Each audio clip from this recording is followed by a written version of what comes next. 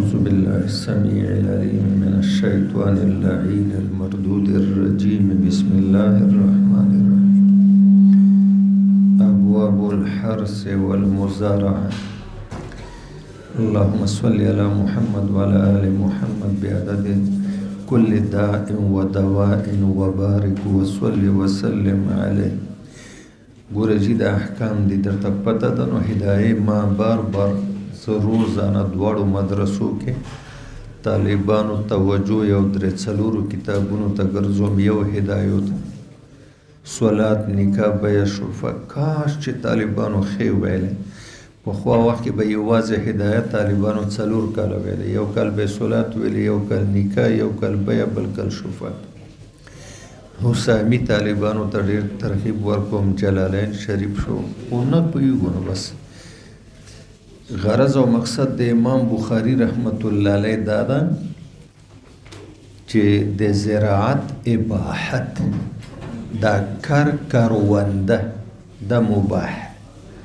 د دې اباحت ثابتول دي. دویم غرض او مقصد چې د زمینداری کاروبار جایز ده. مدح او تعریف د زمینداری او د مزارعت ثابته. دریم غرض د امام بخاري رحمت الله علیه رد په هغه خلکو باندې چې هغې د کروندې او د زراعت او د زمینداری مذمت ذکر کوي. وایي چې په بعض روایتونو کې آقا مدني د زمینداری مذمت ذکر کړی.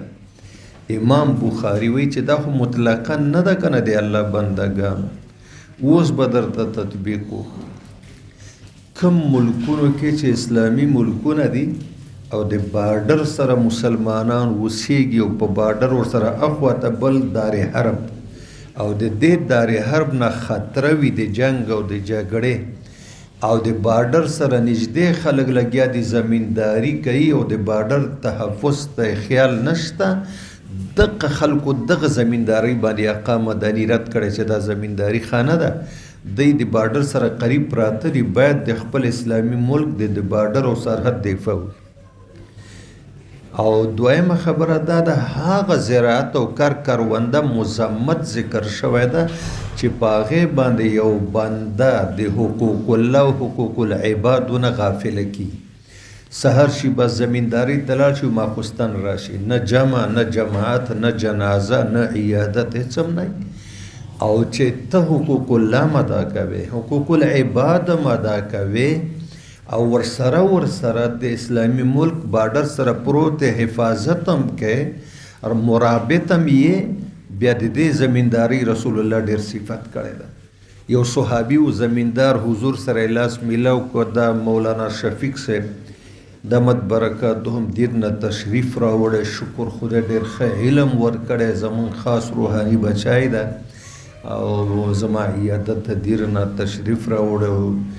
دوی ته پته ده دا حدیث دویم بیانوي، هلته کتابونه ورسره یې غټ غټ. یو صحابي سره یې لاس میلاو که، لاس یې تڼاکې هم و او سخت و. زمیندارانو لاسونه که تاسو کتلي ټوله ورځ غریبانان کرونده یې کړي، سخته مې یې او لږ تڼاکې او پولی. حضور وکته وایي دا ولې؟ وایي قربان زه خو زمیندار یم مزدوري. وایي ښه لاس د زمیندار راواخېسته ورته یې ښکل کړي. تاسو باندې به کله سوال هم کېږي چې هغه کم صحابي و چې آقا مدني یې لاس ښکل کړی، دا څومره به بختور و. مونږ خو د استاذ لاس ښکلو سعادت ګڼو، فخر کوو، و چې د دواړو جهانو سردار دی او چا لاس ښکل کړي په امت کې، بختور خدای ده. وایي پیلیله هر سړی میني، بل ټکې تور پسې ووایي مال حیا راځي. مجنون هغه ده چې لیلا شي بې مینه. لاسونه خو د حضور هر چا ښکل کړي، خو مجنون خو هغه ده چې د هغه لاسونه رسول الله ښکل کړي. د زمینداری مذمت شو که مدح شوه، تطبیق باندې پوه شو سره.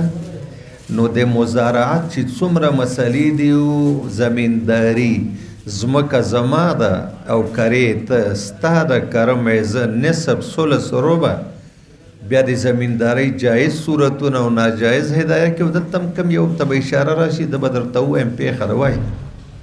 باب فضل الزرع والغرس إذا أمكن منه وقول الله تعالى فرأيتم ما تحرثون أنتم تزرعونه أم نحن فضیلت د کرکرونده والغرس ونی بوټي نال کول ونی بوټي نال کول اذا اکل من خو چې نیت دی دای چې زه ونه بوټه نال کم او دا میوه وکړي انسان یې وخوري ځناور یې وخوري مرغه یې وخوري مسافر یې وخوري میلمه یې وخوري او په دې صابر او شاکري د دې فضیلت أفرأيتم ما تحرثون أنتم تزرعونه أم نحن الزارعون ودې کاته وایي تاسو ما ته ووایي که نه الله پاک ووایي دا تاسو چې دا ځمکه واړوله ټیکټر باندې او په دې کې غلې دانې واچولې آیا دا غنم تاسو شنه کوئ که زه شنه کوم انتم تزرعون ام نحن زارعون یا لکه انسه مونږ خو کسب وکړه کنه دانې مو شیندلې و د دغه دانو شین کوونکي که زمیندار ده که الله ده ام نه لو نشاء لجعلناه طوا که مونږ وغواړو الله وایي تاسو دانې واچولې دا به راشنې شي تکې زیړې به شي وبرېږي غنم به ونه کړي جوار به ونه کړي وریجې به ونه کړي وبه قال حدثنا قتيبة بن سعيد إلى آخره قد عن أنس بن مالك رضي الله عنه قال قال النبي صلى الله عليه وسلم من مسلم يغرس غرسا أو سبحان الله نشته یو مسلمان چې ونی بوټي نال کې میوه والا یا بغیر یا فصل وکړي او د دې نه مرغان خوراک وکړي د ټکي ته وګوري ډېر خوند کوي ولا ما ته خو ډېر خوند راکوي نو دا حدیث او انسانونه یا د دې نه انسان خوراک وکړي د خوراک کې د انسان لکه جوار دی غنم دی یا بل میوه ده د لالوچي دي خرمانۍ دي او بهیمه یا زناور الا کان له به صدق مگر چې هر شي د فصل او میوې نه خوراک وکړه دا به د دغه مسلمان دپاره چې چا دا فصل کرلی او چا دا میوې بوټي نال کړي د دپاره به ثواب د صدقې میلاویږي خو شیخ صاحب ما څه ویلو خو د دې خو معنا دا ده علی به ثواب میلاویږي یو نقطه کې د علامه بدرالدین عینی په قبر د خدای د رحمتونو بارانونه وکړي اذا کان راضویا صابرا شاکرا شیخ صاحب دا نقطه دی ووایه ثواب به میلاو شي چې ستا د پټي نه مرغانو زناورو انسانانو جوارو خوړه بل ګنې مات کوي چوپل دارنګې باغ نه میوه په دې شرط چې د باغ او د ځمکې مالک کان راضویا صابرا شاکرا چې راضي مي وای خدای شکر ده چې زما ځمکه ده زما باغ ده چې مرغان او مسلمانان ته نه خوراک نو دته به د صدقې ثواب میلاوي او چې راضي نه ملکه صابر نه شاکر نه نو فلا صدق ووایا ستا د جمعې یو بیان پر یو ټکي کې راغی کرانه اے مسلمانانو ونې بوټي ډېر وکرئ خیر ده که ستاسو د ونې بوټو نه چا میوه انسان زناور مرغه د الله شکر ادا که چې خدای ځمکه درکړي پټي مرغانو ته خو صدقې ثواب به درته میلاوي خو که صابر او شاکر او راضي نه وې و هندوستړی خدای ناراض جوار دې ملاړه ګنی یې ملاړه خرمانۍ الوچې یې ملاړې ثواب هم ونه شو وایم امام بخاری غرض دا د رحمت الله علیه چې شریعت مطهره امت محمدی ویرولی ده لعواقب لانجام د مشغوله کېدلو نه په اسبابو د کرونده باندې غرض د امام بخاری سره رسول الله مبارک امت ویرولی ده لانجام د مشغوله کېدو نه په اسبابو د کرونده چې تمام ورځ سړی په پټو کې مشغول ومغی او جاوز الحد یا د حدودو نه تجاوز وکړي تاسو که تاسو ټول دارالحدیث دغه د یو خبره جواب مال راک نو دې میلمه د جب کې چې څومره پیسې دي دې میلمه دا ملنګ د قلندر مست خداره پیسې ساتي نه خو کوي ستاسو په مخ کې به عزت تلاشي کې مو په تاسو به تقسیم او جاوز الحد معنا راته ما د شیخ صاحب وی زړه خوري وی زی دیر کې اورم وای ته ما له خو ماته د علم سمندرونه غرونه ناشتي مجبوري مته زړه وته اوس به تاسو د امام بخاري صاحب د کم ځای نه موږ راولو را ژوندی کو چې صاحب د دې جملې لږ وضاحت ورته وکړو جاوز الحد وړه جمله ده موږ ټولې په شریکه باندې نشو کولی او امام بخاري رحمت الله علیه کمال کړی ربونه رحمتونه دی الله ورته په قبر مبارک باندې او جاوز الحد معنا دا ده چې ګوره تا ته شریعت اجازت کړی ښه نه ښه کسب کرونده ده د لاس تڼا کړي خو ته به پکې دومره منهمک او مشغول او مصروف ځان نه جوړی چې اذان اورې جمع ته نه ځي اذان اورې جنازه ویني ورته ورتلی نه شي وایي زه په ټکي بندیم زمیندار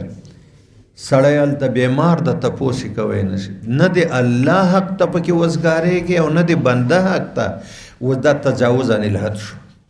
تا ته شریعت وایي وکړه زمینداري خو ورسره د الله حق ادا کړه د بنده حق ادا کړه جنازه د ورشه پرېږده زمینداري دي جمع د ورشه پرېږده د زمینداري دي لیکن ته نه جمع ته ځې نه جنازې ته دا تجاوز عن الحد شو که نه وایه وبه قال حدثنا عبد الله بن يوسف الى اخره عن ابي امامه الباهلي رضي الله عنه قال وراى سكه وشيئا من ارض الحرب فقال سمعت النبي صلى الله عليه وسلم يقول لا يدخل هذا بيت قوم الا دخله الله الذل. الک رحمت الله کوداله تاسو ورته څه شی وایي از پټی چې پې باندې هغه زمیندار یو خو هغه وړوکی رمبی وي که نه او یو کوداله چې ورته وایي سکه کوداله بیلچه بیل رمبی دی ولیدل ویلي وای ما خو حضور نه اورېدلي لا یدخلو هذا بیت قوم راجمع به نه شي اسباب د کروندې چې کوداله ده او بیلچه بیل ده په د یو مسلمان په کور کې الا ادخله الله الذل مگر خدای پاک به دې کور ته ذلت راولي دې ته څه راولي شیخ اوس دې وکاته چې هلته مزمت راغی د زمیندارۍ خو دا مزمت کله چې دی په اسبابو د زمیندارۍ دومره مصروف او مشغول ده چې نه د اسلامي سرحد او بارډر تحفظ ته وزګارېږي نه د الله حق ته وزګارېږي او نه د بنده حق ته وزګارېږي دقې زمیندارۍ دا کور ته ذلت راغی او چې دا ټول کارونه ورسره کوي ځکه خو یې کال لاس ښکل وایه اوس قال محمد واسماعیل امامه صبح بن عدنان باب امتناع الكلب للحرث. غرض او مقصد د امام بخاري رحمت الله علیه درې خبرې دي اوله خبره دا ده چې د سپو ساتل مطلقا ممنوع دي ناپسندیده عمل د په شریعت البته زمیندار د پټو د حفاظت لپاره ساتي شي تاسو ته مې وویل چې څلور قسمه سپي دي دې کې نفر کلب الزراعت زمیندار د خپل فصل د تحفظ لپاره سپی ساتلی شي دا دویم غرض شو د امام بخاري دریم غرض دا ده چې مخکې نه ذکر شو مزمت د زمیندارۍ چې دا اسباب د چا کوته راشي ذلت دې باب کې به ذکر شي فضیلت د زراعت فضیلت ولې مزمت دپاره وجه یوه ده او د فضیلت دپاره تطبیق بین روایتین مې درته وکړه دا اوس که نه نو فضیلت د زراعت به ذکر شي او ممانعت هغه وخت چې جهاد تر نه پاتې منځ در نه پاتې روژه تر نه پاتې حج عمره یو زمیندار به د کروڑونو مالک نه به عمره کړي نه به حج کړي علم در نه پاتې ده عمل در نه پاتې ده هر څه در نه پاتې دی وخت کې دا مزارعت مضمون چې علم ته ټیم ورکه عمل ته دی ورکه روژې ته دی ورکه حج عمرې ته دی ورکه جمع جماعت جمعې اختر ته دی ورکه فضیلت تطبیق بین روایتین وشو وایه وبه قال حدثنا معاذ بن فضالة الى اخره عن ابي هريره رضي الله عنه قال قال رسول الله صلى الله عليه وسلم من امسك كلبا فانه ينقص كل يوم من عمله قيراط الا كلب حرث او ماء مطلق دا ګولډنګ سپي دا تازي چې دا کوڅو کې پراته یو دې سم نه په دا څلور قسم سپو کې چې شامل نه دي او کور کې سړی ساتي هر ورځ به د عمل نامې نه یو قیرات اجر کمی نو قیرات په مکه کې د دینار شلمه حصه وه او مکه کې د درهم شپږمه مدینه کې الا کلب استثناء راغله د زراعت سپی ماشیه د څارویو دپاره او د ښکار والا او د کور وقال ابن سيرين وابو صالح عن ابي هريره رضي الله عنه عن النبي صلى الله عليه وسلم الا قلب غنم او حرث او صيد. وقال ابو حازم عن ابي هريره رضي الله عنه عن النبي صلى الله عليه وسلم قلب صيد او ماشيه. وبه قال حدثنا عبد الله بن يوسف الى اخره انه سمع سفيان بن ابي زهير رجلا من ازد الشروع وكان من اصحاب النبي صلى الله عليه وسلم قال سمعت رسول الله صلى الله عليه وسلم يقول من كان قلبا لا يغني عنه زرعا ولا ضاعا نقص كل يوم من عمله قيراط. قلت وانت سمعت هذا من رسول الله صلى الله عليه وسلم قال في هذا المسجد باب استعمال البقر للحلاله. جزاكم الله. الله اکبر. مولانا صاحب مبارک دا کرامات و معجزاتو کې بتا سو ورایدا خصائص کبرا د جلال الدین سیوطی رحمت الله علیه کله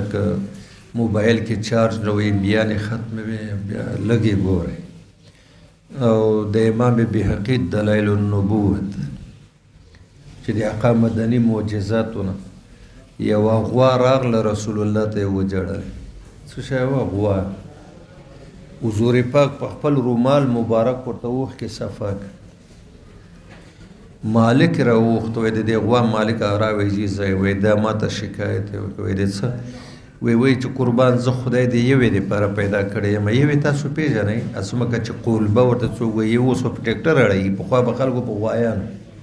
دلی موګه وې خدای پاک زه د دې پر پیدا کړم چې زمکه را باندې واړی کنه د بچو د شودو دې پر او زما مالک په ما باندې زمینداری کوي زمکه را باندې اړ خدای نه وډار شي دا د دې لپاره نه پیدا ماته شکایت وک معجزاتو کړه نو تا ته دا وای چې کم حیوان مالک د کم مقصد لپاره پیدا کړی دا تبه په مغه کې استعمالي وا بچی راوړي شوده درکې دې باندې بار وړي او نه به پیسې مکاړي وای دا د دې لپاره د چکولبه پیوکا سنډا ټیک د بار خو په میخه به بار نه وړي والخيل والبغير والبغال والحمير لتركبوها وزينه او د خوراک حیوانات بیل دي سوارلې بیل دي د زینت بیل دي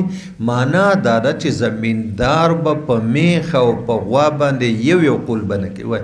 وفيه قال حدثنا محمد بن بشار الى اخر عن ابي هريره رضي الله عنه عن النبي صلى الله عليه وسلم قال بينما رجل راكب على بقره التفت اليه فقالت له مخلق لهذا خلقت للحراث قال امنت به انا وابو بكر وعمر واخذت ذنب الشاة به څو ویلې وې ګوره غوا خبرې وکړې په دې زما میمان د ابو بکر میمان د عمر میمان د حضور بزان سره دواړه یارانو معاونین او مشاورین ملګری کړه کنه معجزه وګڼه وی زمونږ په ایمان ده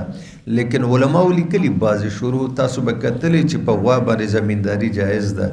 لیکن علامه شامی په باندې سخت ټک کړی ده ردونه پې کړي لا یفعل بها. امام علامه ابن عابدین نقل کړی دي لأن كل نوع من الانعام خلق لعمل فلا يغير امر الله. ما څه ویل چاته سنوله دلته کې بره لأن كل نوع من الانعام خلق لعمل په څارویو کې هر نوع الله دی یو خاص عمل لپاره پیدا کړی ده فلا یغیر امر الله. خدای پیدا کړی شودو لپاره ته په ولې ځمکې اړې خدای پیدا کړی د سوارلې لپاره ته په باندې ولې مقابله او مسابقه دې منډه کوي. نو ګوره هر شی ابن عابدین په دې باندې سخر دونه کوي چې څوک په غوا او په میخه باندې بار وړي او یا په زمینداری کوي کرونده کوي بلکې دا د غوایانو کار ده او دا د سانډاګانو کار وای. واخذ الذئب شاة فتبعها الراعي فقال له الذئب من لها يوم الصبر يوم لا راعي لها غيري. وده کته لیونه ګډ اخلاص کا لیو د سړی زوی وګنه البته چې دته ته به سی روزه لګولې هغه لاړ یو ځای کې کېناسته ویلې وای خان نن خمران اخلاص کړه دا ګډه د قیامت پر ورځ بیرانه څو خلاص کی د قیامت پر ورځ چې دې سره برای نه وي زما به مزي چې په کومه مې خوخه یټی کونه به کوم او خرم به قال آمنت به انا وابو بکر وعمر. خلق ویلې وای له و خبرې وکړي حضور وای زما ایمان د ابو بکر او د عمر قال ابو سلمة وما هما يومئذ في القوم. او په دې وخت کې ابو بکر عمر ومنه لیکن حضور ذکر کړ چې په دې زماو دی ابو بکر عمر باب اذا قال اكفني مؤونة النخل او غيره وتشركني في الثمر. غرض او مقصد د امام بخاری دوه خبرې دي رحمت الله علیه. اوله خبره دا ده چې مساقات جایز ده. ملک تنویر مساقات څه ته مساقات جایز ده په باغونو کې. او دویم غرض د امام بخاری رحمت الله علیه دا ده چې مزارعت جایز ده په فصلونو کې. سما شیخ ما ته وی دی ته دا کیسه مکه نو چې نه کې ز ملک تنویر بیا هم چیلنج کوم د دې وخت د مناظرو والا کیسه دي کنه چیلنج ډیر خټکه ده خوان کې ز دنیا چیلنج کوم او ز اسمان او زمکه چیلنج کوم منګ یو ملک تنویر نشو چیلنج کوي. نو مساقات څه ته وی بیا راته وای تریم ځل بدر نه بیا د بن احترامن ته پوسو تا ول هدايه بو سمنه ویل مساقات په ونو کې وی مزارعت په فصلونو کې وی او دا دواړه بیع جایز دي. زما باغ ده ته خصمانه کوه د شفتلو ونې دي د خرمانو دي د الوچو سیوانو ته خدمت او خصمانه او بخور کوه چې کله بیا باغ پوښ شي میونی مستانی مزو. د مساقات تعلق ونو سره ده او د مزارعت تعلق فصلونو سره ده. پټای زما د ته کرا بس خدمت بکې دواړه بسره ان شاء الله ګټه نفع فائدہ چې کله فصل پوښ شي نیمستانیم زما. نو د مزارعت تعلق به هدايه بو ولا وای چې دا د فصل سره او د مساقات د ونو بوټو باغونو دواړه جایز دي. الا اکفینی مؤونة النخل ته زما په ځای خدمت وکړه د کجورو او د ونو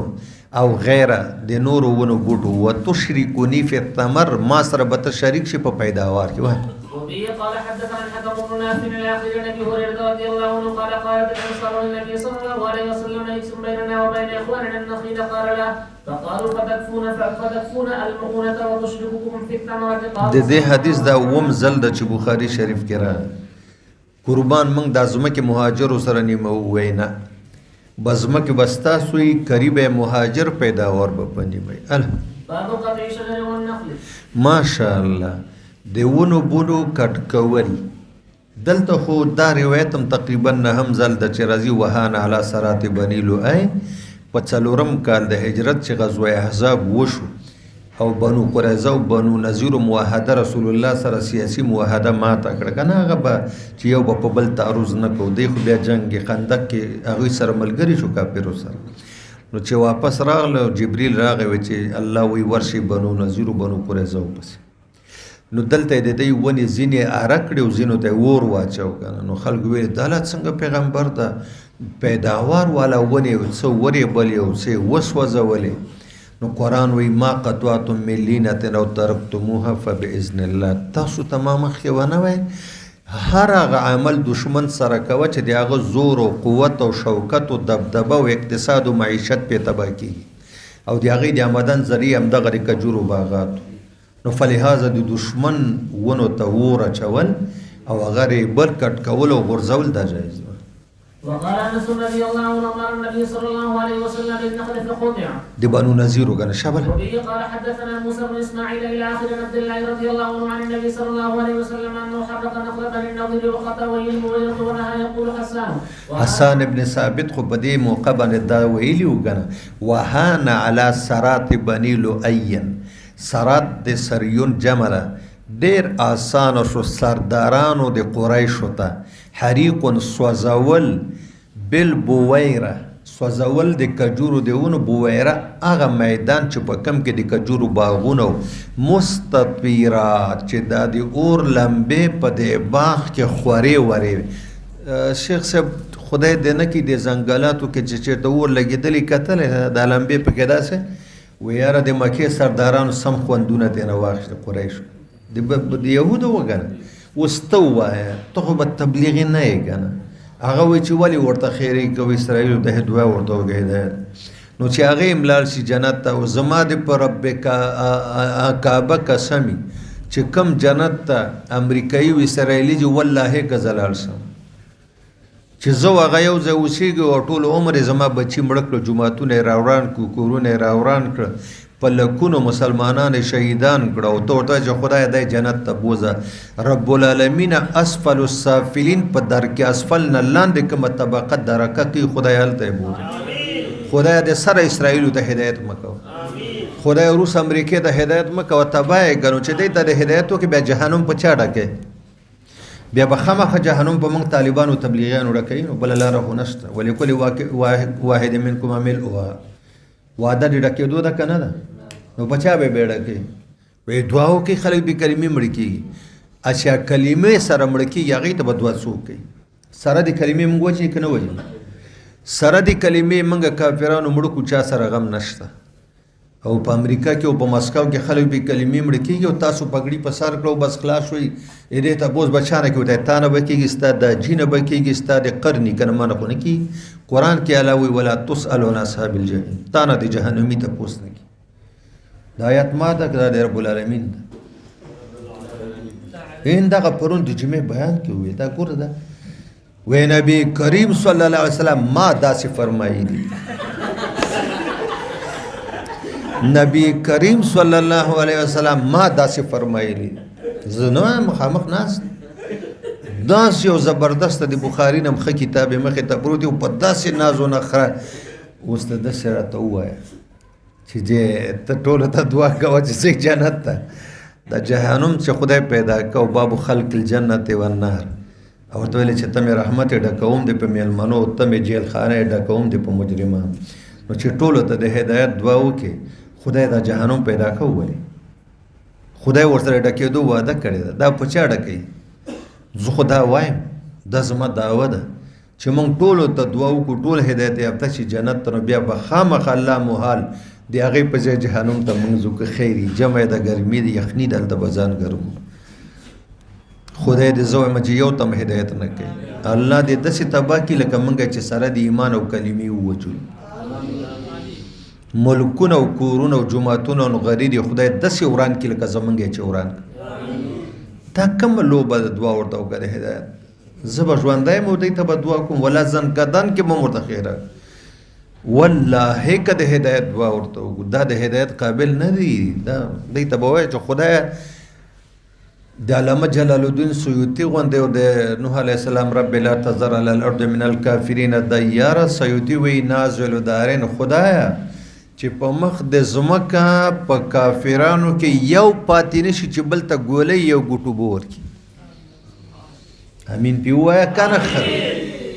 ګوره غوسه کوه مې مه که نه، بیا زه هم درته داسې وایم چې نبي کریم علیه السلام ما فرمیلي. ګوره بیا زه هم درته دا بیان کوم پیر صاحب څه بدقسمته غوندې چې پرون په ټیم راغلی وې که نه، یو بحر زخار لګیا په هغه جلال کې و چې سبحان الله. ما وایي چې د اوه اسمانو د نظر نه به خدای پردې لرې کړي چې مروزو ته عبدالرحمن بن عوف جومات ته متوجه شي ټول. ووایه باب وبه قال حدثنا محمد بن مقارب الى اخره عن حنظله بن قيس الانصاري سمع رافع بن خديج قال كنا كاهل المدينه مزدرعا كنا نقرا مزدرعا زمینداریانې به من کولې. كنا نقري الارض بالناحيه منها مسمى لسيد الارض. وګوره لږ دا ټکی اوس څومره اسانه ټکی ده، اوس به ملک پې باندې نظر واچي. وایي منګه چې وو که نه ځمکه ده، دا ځمکه که تاسو خیالي ځینې د اوبو طرف ته نهر ته والې طرف ته هغه ځای پیداوار ښه کوي او څه حصه د اوبو نه لږه لري هغه پیداوار کم کوي. وایي موږ به ځمکې کنا نقر الارض بالناحیة منها مسمى لسید الارض. د زید ځمکه ده، دغه نهر طرف ته چې کومه حصه ده د دې پیداوار د زید، او هغه روډ طرف ته چې ده هغه د زمیندار. هدایه کې څه وایي؟ وی دا خو به متعین که که نه چې دا د نهر طرف ته چې کومه حصه شوه نیمه پټه دا د ځمکې د مالک چې څومره پیداوار یو، او هغه روډ طرف ته چې ده دا د زمیندار. 7 میاشتې 8 میاشتې به زمینداري کړې وه، خو چې کوم به د اوبو طرف ته سیډ و دی به فصل راوړو، او چې کوم به هغه د روډ طرف ته و هغې به رانوړو. اوس ته راته ووایه چې دا ستا حصې خو فصل راوړو، دا 7 میاشتې زمینداري وکړه، دا غریب اوس څه کوي؟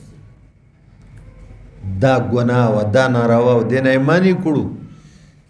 ویلې داسې یا په پیسو ورکوي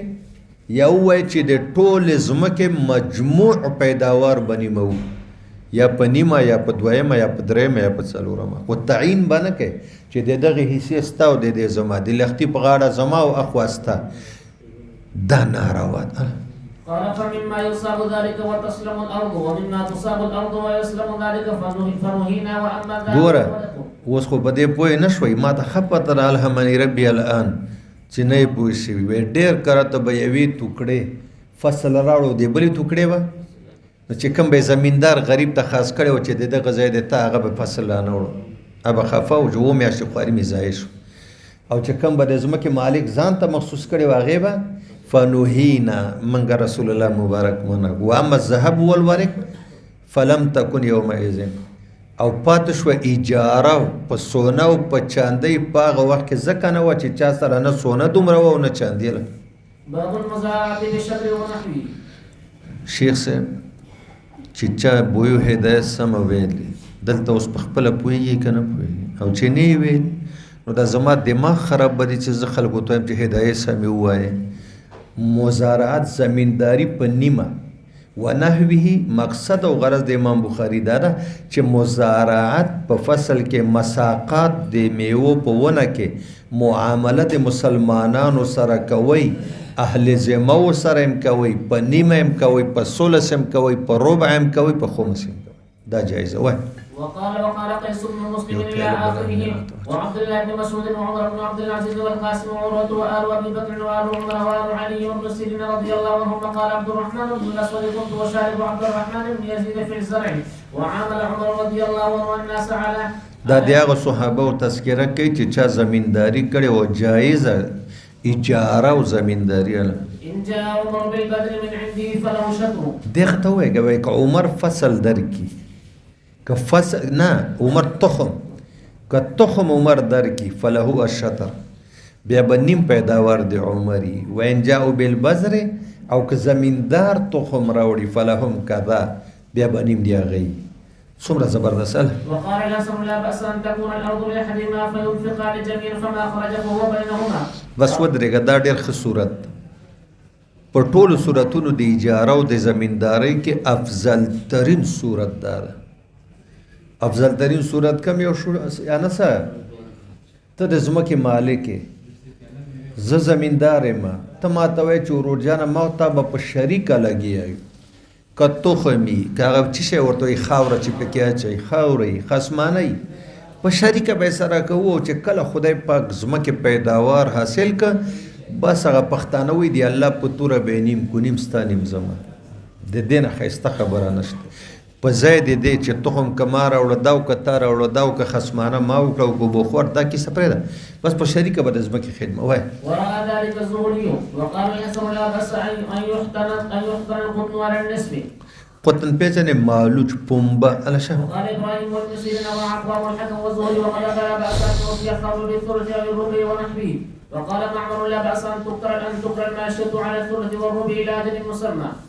وبه قال حدثنا ابراهيم بن المنذر الى اخره ان عبد الله بن عمر رضي الله عنهما اخبره ان النبي صلى الله عليه وسلم عامل اهل خيبر بشطر ما يخرج منها من زرع وثمر وكان يؤتي ازواجه 100 وسق 80 وسق تمر و20 وسق شعير وقسم عمر رضي الله عنه فخير ازواج النبي صلى الله عليه وسلم ان يقطع لهن من الماء والارض او يقضي لهن ومنهن من اختار الارض ومنهن من اختار الوسق وهذا عائشه وسق یو وسق شپېته سوعه کېږي نو چا به ویلي چې بس دا موږ اخلو فدانې اله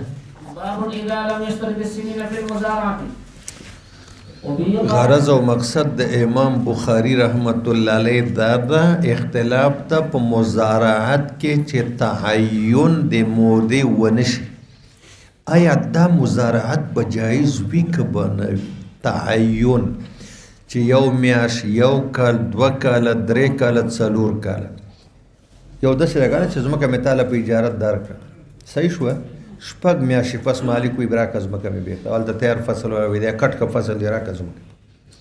وایي تعین کول څنګه دی ابن بطوال دا ډېر لوی محدث ته ما تاسو ته د لږ صفت یو ځای کې کړی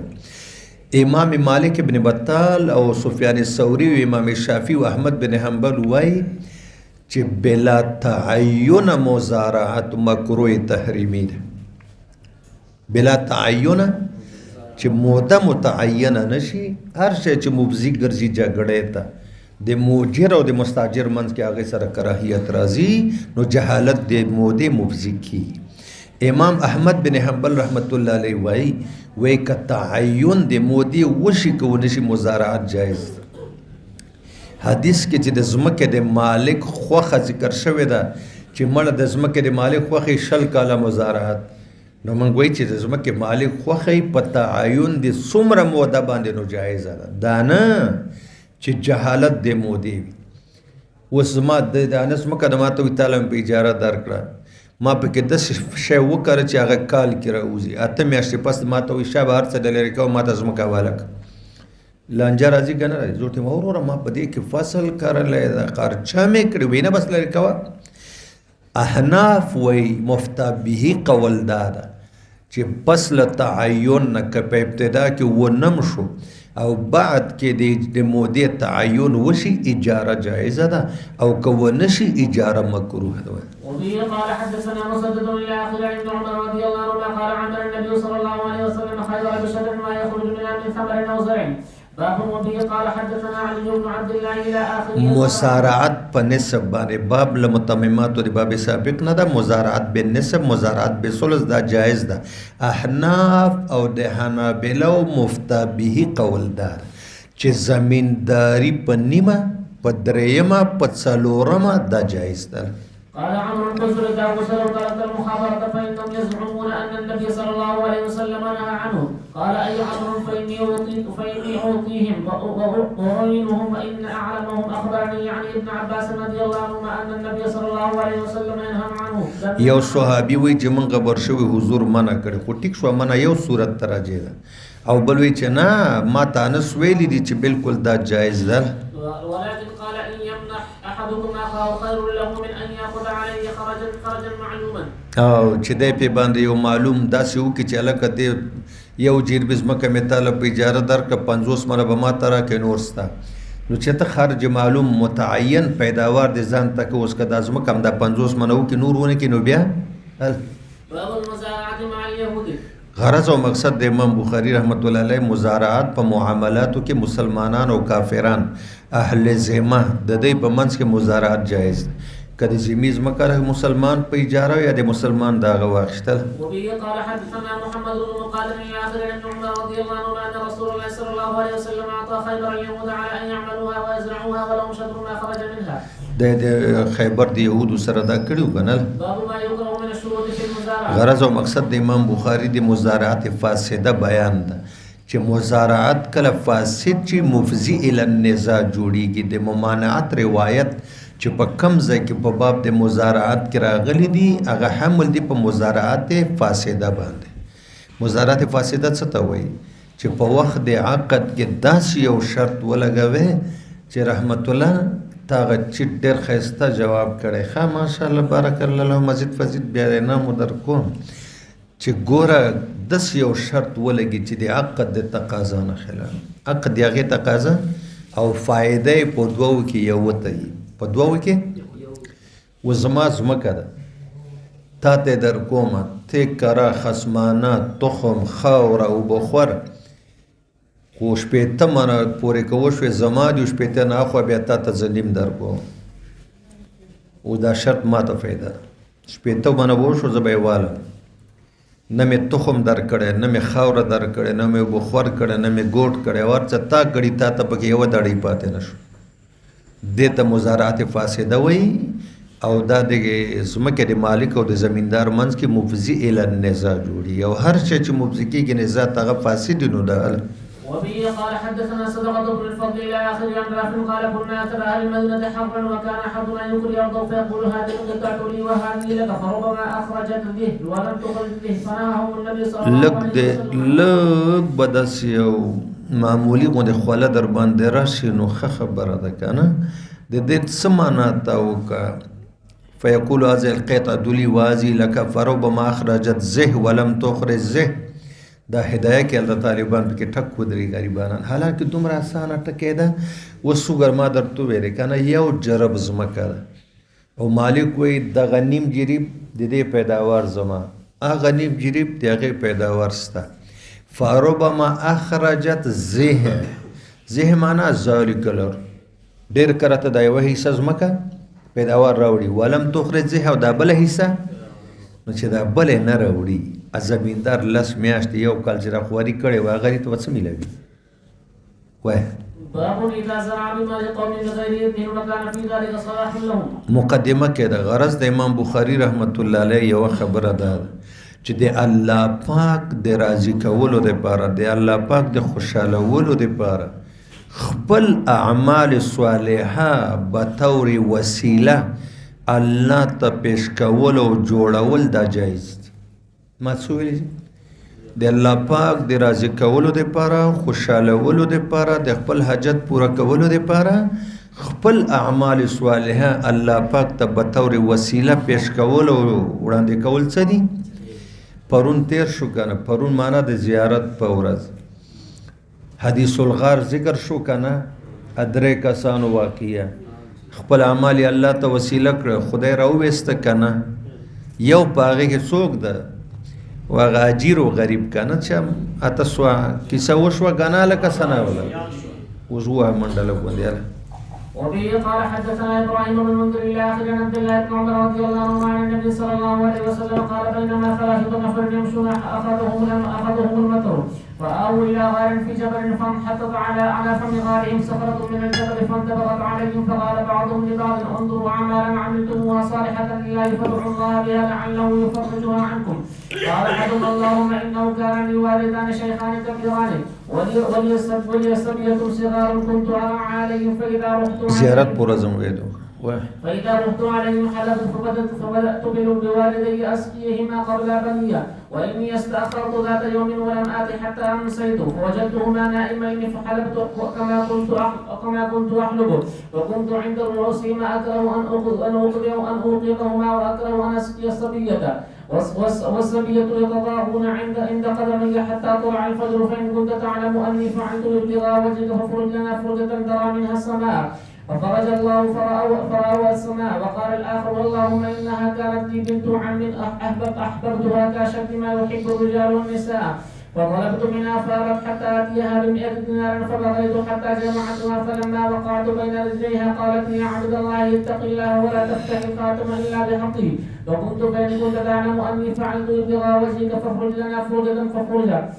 وقالت الثالثة اللهم إني استأجرت وجيرا بفلك ورس فلما قضى عمله فقال اعطني حقي فرغبت عليه فرغب عنه فلم ازل ازره حتى جمعت منه بقرا ورعاتها فجاءني فقال اتق الله فقلت اذا الى ذلك البقر ورعاتها فقل قال اتق الله ولا تستهزئ بي فقلت اني لا استهزئ بك فخذ فاخذه فان كنت تعلم اني فعلت ذلك ابتغاء وجهك فقل ما بقي فورج الله قال ابو عبد الله وقال ابن عقبة عن نافع فسعيت باب اوقاف اصحاب النبي صلى الله عليه وسلم وبعض الخراج ومزارعه جزاكم الله غرض او مقصد د امام بخاری رحمت الله علیه لانعقاد د ترجمه ده اوقاف اصحاب النبي و ارض الخراج و مزارعه څلور خبرې زما شیخ محترم په اوله حصہ بخاری کې د کال اول نه تر اخره غراض بیانول ما تاسو ته ویلو چې هغه به درې نیمه غنټې صرف په بخاری شریف اوله حصہ ویل الله دې په مبارک قبر باندې د اربونو رحمتونو بارانونه نو اوله خبره دا ده چې ممالک مفتوحه عنوان څه ورکه ممالک چې کم ملکونه د کافرانو مسلمانان فتح کی نو د ممالک مفتوحه وقف کول امیر المؤمنین ته دا جایز دي مثلا اسرائیل زمکه دی ونیوله او امیر المؤمنین وایي چې دا د پلان کې مجاهد شو د دغه سلو د زرو د 500 باندې تقسیم کی کفار ملکونه نیسي او تقسیموي دا یو غرض شو دویم غرض دا ده چې د ممالک مفتوحه خلق سره چې اسلام نه راوړي جزیه قبول کی دا ځمکه ورته حواله که به طور مزارعت دام جایز دریم غرض دا ده چې د ممالک مفتوحه او د خلکو نه کته جزیه د سر او خراج د پټي اخل دام جایز او څلورمه دا ده او دا د امام ابو حنیفه صاحب مذهب و مسلکم ده چې د ممالک مفتوحه او مکمل واک او اختیار د مسلمانانو د بادشاه او امیر المؤمنین سره ده. وای وقال النبي صلى الله عليه وسلم لعمر رضي الله عنه تصدق باصله لا يباع ولكن ينفق ثمره. زمکه ګوره اصل دا بس صدقه کیږي نه ځکه الوقف لا يملك ده کنه لیکن پیداوار به صدقه وي. وبه قال حدثنا صدقه الى اخر النبي قال قال عمر رضي الله عنه لولا اكل المسلمون ما فتحت قريه الا قسمتها بين اهلها كما قسم النبي صلى الله عليه وسلم. د دې جمله میں خیبر کې درته تفصیل کړه غزوه خیبر کې خو که رحمت الله لږ غوندې راته وویل داسې زه اوس ډار شوی یم که نه ډار شوی په دې یم چې هماغه خبره ده ویل نه شاید وي خدای بیا ښه و هغه ورځ یې وویلې چې دا یو ټکی پکې زما خپل ده او نور له هغه طرفې وحې وشوه راته هغه نسبت ما غوښتی نه و ده ذکر کړی و هغه یې سم کمال کړی نو رحمت الله دا راته دلته ووایه چې غزوه خیبر کې دا حدیث ما تاسو داسې زړه مې پکې وخوړه قال عمر لولا آخر المسلمین ما فتحت قریه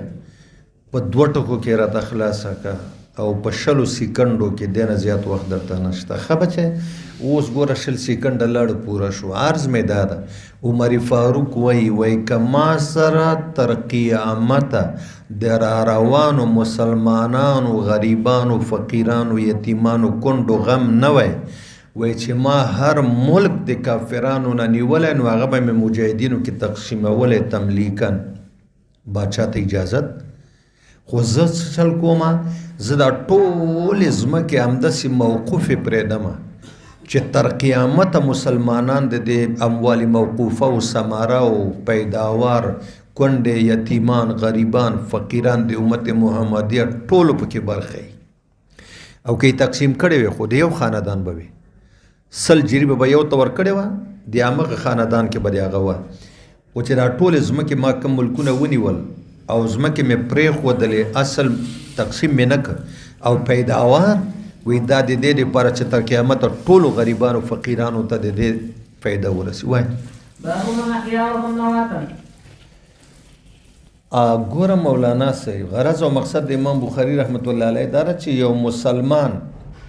الله تاسو ته زه خبره کوم خو عمر کې هلکه څوک زمانه مشر پیر صاحب ته ووایه په دې کلاس کې مړه تواضع مه کوه که نه ووایه یاره ښه یې پېژنې خو هسې ورته ورشه پسې خدای او رسول ته وګوره به والله وایي دا اوس بیمارۍ نه لږ لږ راښه شوی یم که خدای ته نه ګورې ورته د قاري داود سر ته وګوره خو یې لږ غوندې د سړي زامن شي مړه بس دا چای ده دا زه اوس بیا نشم اسکی پاتې شوله چینی دي پوزې نه دي دلته یې خالي کوي و د خره زامنو دا پوزې دي که دا چینی دي بیا د ټول جمعې په اډوانس کې دلته یو ورځ باندې پاک کوي و د خدای په قهر واوړئ دا دارالحدیث نه شرمېږئ بخاري نه حیا نه درځي زما د سپینې ګیرې نه حیا نه درځي تاسو دپاره خو مې تور چای زما وظیفه ده لکه د نسواري چې نسوار دي هغه مې پرېښوده شودې مې پرېښودې خو اوس څوک 2 اعلانه ورته ولګېده د 2 اعلاناتو باوجود طالب سترګې پټې کې دا کار کوي دا د تهذیب نه خلاف دا د ادب نه خلاف راځه رحمت الله د ادب نه خلاف ده د تهذیب نه خلاف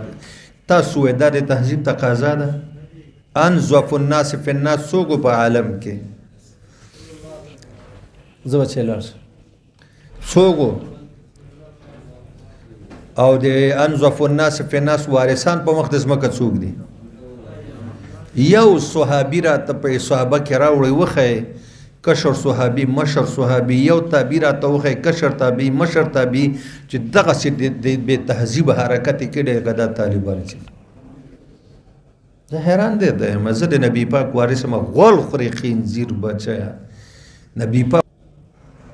د هغه سبحان الله استغفر دا څه لوبې شروع دي څو اعلانه لګېدلي دلته دفتر خو نه ده میسمانه مې درته وکړه ما باندې ډېره قیمتي موضوع ګډه وډه کړه ذهن خو بس منتشر شي که غیر آباده ځمکه یو غیر مملوک ځمکه دوه. امام بخاری وایي چې یو ځمکه غیر مملوکه او غیر آباده او یو مسلمان دا غیر مملوک او غیر آباده ځمکه آباده کی بنجر ځمکه ورته وایي. څه وایي؟ تاسو ورته بنجر وایي چې د هیچا ملکیت کې ګورئ نه وي. خو دا راته ووایي چې د چا ملکیت کې نه نو د چا په ملکیت کې خو یې وا د خدای بنده چې کومه ځمکه د عوامو ملک نه هغه د حکومت په ملکیت کې وي. السلطان ولی لمن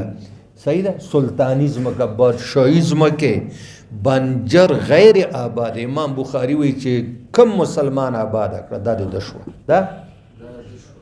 نه بادشاه حق لري چې دا ته نه والي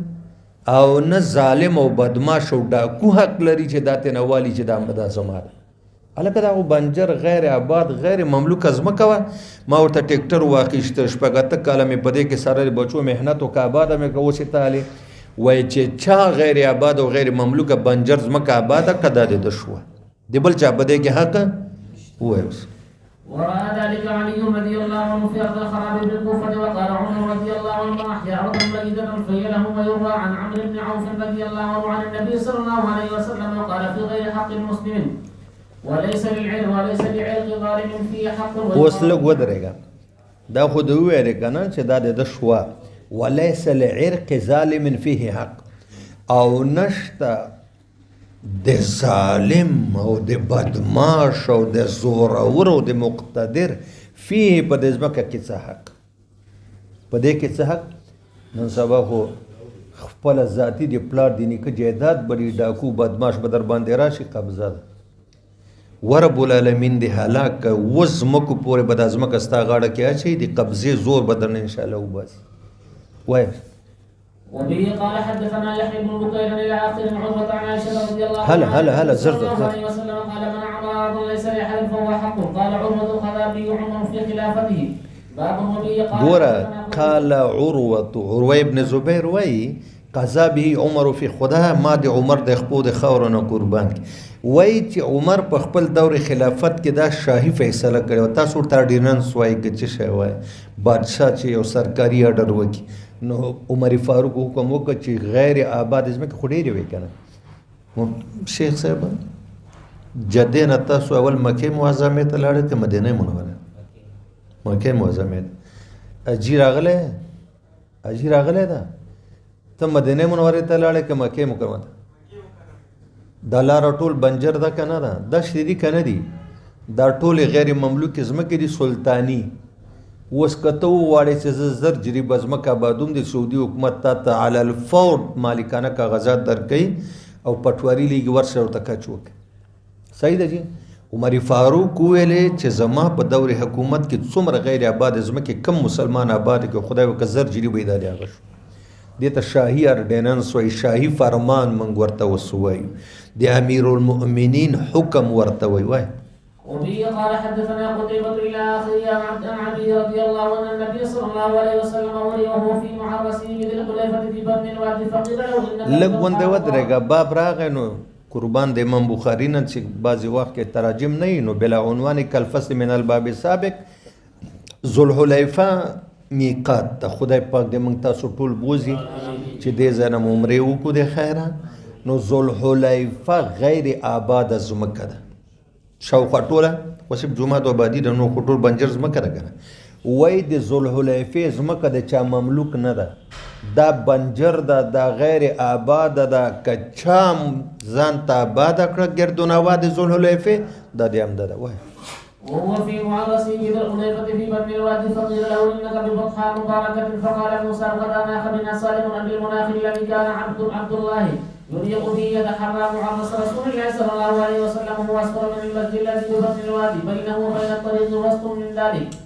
وبه قال حدثنا اسحاق بن ابراهيم الى اخر ابن عباس بن عمر رضي الله عنه. دا یو نیم ځای کې زه غلی کېږم هغه روایت شپږ اته ځله تېر وایي. النبي صلى الله عليه وسلم قال الليلة آتاني عبد من ربي وهو بالعقل كأنصر. دا کتاب الحج موږ تاسو ونه ویلې چې حج قران افضل د حضور پاک وادي العقیق کې ورته فرشته جبرئیل رااله صلي في هذا الوادي المبارك وقل عمرة في حجتنا. وقال عمرة في حجة. باب إذا قال رب الأرض أقرك ما أقرك الله ولم يذكر أجرا معلوما فهما على دراهم. غرض او مقصد د امام بخاری رحمت الله علیه دا اذا قال کله چې مسلمانانو بادشاه او امیر د کافرانو یو ملک فتح کی وغی ته وای چې اقرک ما اقرک الله تر هغه بر ز پردم تر سوچ دی الله خوخي په دې زمک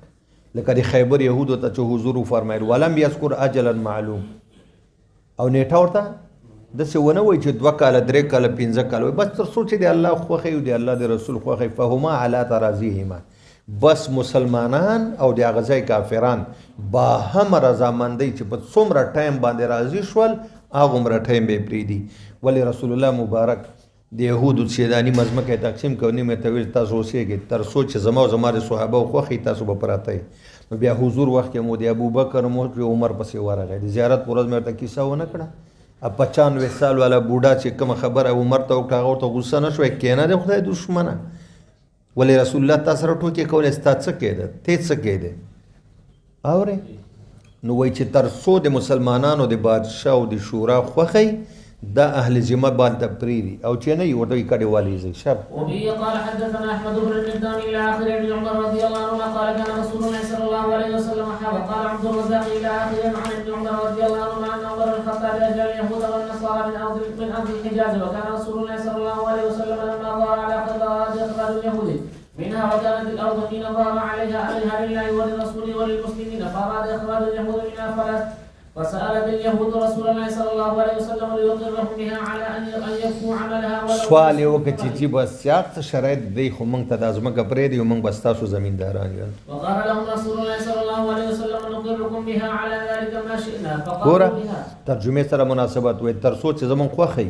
تاسو پریدو او چې کله زمون خوخه نه بیا به ورکیږي فقالوا بها حتى جلاهم عمر الى تيماء واديها سبحان الله زیارت پرز مې ورته ویل عمر سے ویل والله کدا کجوري رانه وخوري والله کدا غنم او دا و مې دروانه پیر زودي هغه ځای ته به ورکیږي چې کم ځای را تاسو راغلي اریحا تیماء شام به دا و چې کم فلسطین ده او د اسرائیل چې په کم ځای آباد دي دا د فلسطینیانو ځمکه ده دا خو د غاصبین دي وای میلمراغه قربې د کور وست وسره اسرائیل ته فلسطینیان ته چې تاسو بار زور تا کنه او ټول څومره دي په تمام روی زمین باندې د يهوديانو تعداد 4 ګوټه دنیا کې 15 کروڑه او مسلمانان یو ارب او 15 کروڑ دي د اسرائیل فوج 15 لک ده د اسلامي ملکونو فوج 15 لک ده خو دا 15 لک فوج د 15 لک فوج نه سر نشوچه کنه دا د منګل څخه خبره منظور منګل وې قسم په خدای کړه تبلیغیان کوم اجتماع کوي کنه د لار شي دغه سیوځای کې تشي امتیاز یو کې مغزمه کې بډو بشي داس یا تشتو کانی ورواچي دا 15 لک فوج یا د 15 پېټو ملکو مسلمانان چې تو کانی ورواچي اسرائیل بډوب شي پي بس ایمانونه چیرته دی عمر چیرته ده صلاح الدین ایوبی چیرته ده شهاب الدین غوری چیرته ده معتصم بالله چیرته ده من غونډه ټوړه اخلاص برازي ولته بتوکانی ولا کا خواته قتل شو واشب باب ما كان اصحاب النبي صلى الله عليه وسلم يواسي بعضهم بعضا في سبحان الله د نبی پاک صحابه او کې امام بخاری وی دا یو لوی خصيفت یواسي بعضهم بعضا دا درسي بکوله تعاون بکو او مرسته بکوله بعضو له بعضو سره په زراعت او په ثمر کې مقصد دا ده په مزارعت کې په مساقات کې په اجاره کې د یو بل سره تعاون کوي ورور زما زمکه زه کارای نشم ته کارا باغ میرا زوزګار نیم ته خصمانه کوا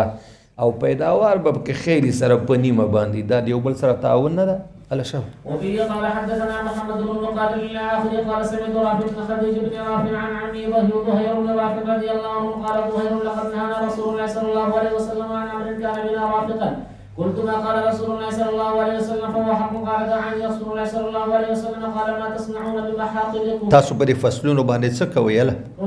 قلت نواجنها على الربيع الربيع وعلى الأوسط من الثمر اوس وګوره کنه ربي وی قربان من خو داسې کوو چې یو کس ته ووایي چې دا د لښتیو په غاړه باندې کم غنم وشي دا ستا او باقي د پټي زما او یا ورته ووایي چې مړه یو شپېته وسقه ماته راکړه باقي ستا وی رسول الله وی لا تفعلوا دا کار مه کوئ دا کار ولې ربما تخرج زه ربما لا تخرج وزرعوها یا دا ټول ځمکه وکرئ یې بنده کوي قال رافع قلت سمعا وطاعه قربان وامر د ستاسو خبره منوي حضور ټول درې کارو کې یو وکړي دا کار مه کوئ چې دا د پولو په غاړه ستا او دا د پټي منځ کې دا وایي داسې وکړئ یا دا خپله ځمکه په خپلو لاسو وکرئ صحیح ده او یا داسې وکړئ چې یو مسلمان ته بې اجارې ورکړئ چې وروا زما ځمکه د دې نه شم کړی ته ځان ته کاره یو شی هم دې نه ماله احسان وکړه او یا بس کلاره ځان ته وساتئ دا غوسه ده چې حضور کړې ده یا یې کراره ځان ته ځان سره سنبال کړو چې نه یې کرې نه بل مسلمان ته ورکوې بیا یې ځان سره سنبال کړو دی غوسه ورته وکړه الله شه وبه قال حدثنا عبيد الله بن موسى الى اخر عن جابر رضي الله عنه قال كانوا يزرعونها بالثلث والربع والنصف فقال النبي صلى الله عليه وسلم من جعل له فليزرعها او ليمنحها فان لم يفعل فليمسكها ودې ګوره شیخ صاحب فلیزرعها اول د ځمکې مالک د خپله ځمکه خپله وکړي یو او لیمنحها یا د بل مسلمان ته بې پیسو پرېږدي بې اجارې بې اجارې ځمکه زما ده غوسې نه کرم ځان ته یې کره ورېبه فإن لم يفعل غوسې ته اوس د حضور وګوره که یې نه خپله کري نه بل مسلمان ته بې پیسو پرېږدي فلیمسک نو خپله ځمکه د ځان سره سنبال کړي خپله ځمکه دی دی غوسه وکړه چې ځمکه خو د پیداوار دی پاره ولې خدای بنده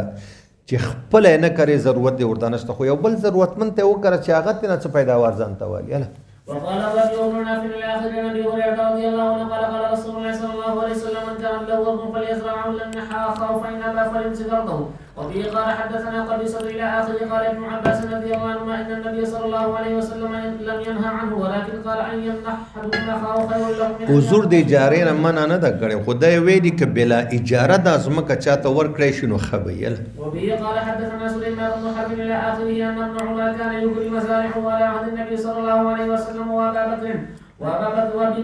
بكر وعمر وعثمان وصدر من اماره معاويه رضي الله عنهم ثم حدث عن رافع بن خديج الاخر ان النبي صلى الله عليه وسلم نهى عن كراء المزارع فذهب ابن عمر الى رافع وذهبت معه فساله فقال نهى النبي صلى الله عليه وسلم عن كراء المزارع فقال ابن عمر قد علمت ان كنا نكري مزارعنا على عهد رسول الله صلى الله عليه وسلم بما على الاربعاء وشيء من التبن وبه قال حدثنا يحيى بن بكير الى اخره قال اخبرني سالم ان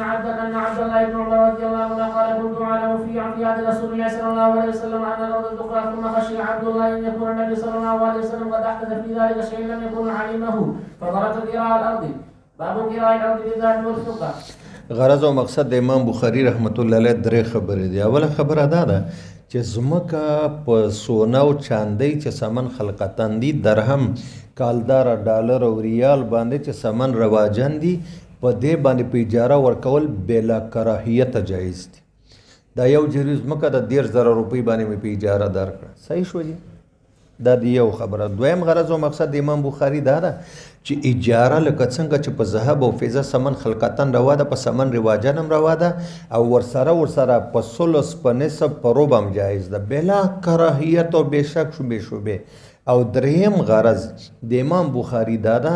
چې په باب د اجاره کې به د ځمکې د یوې حصې تعین نه کوي او یا د یوې حصې د پیداوار تعین به نه کوي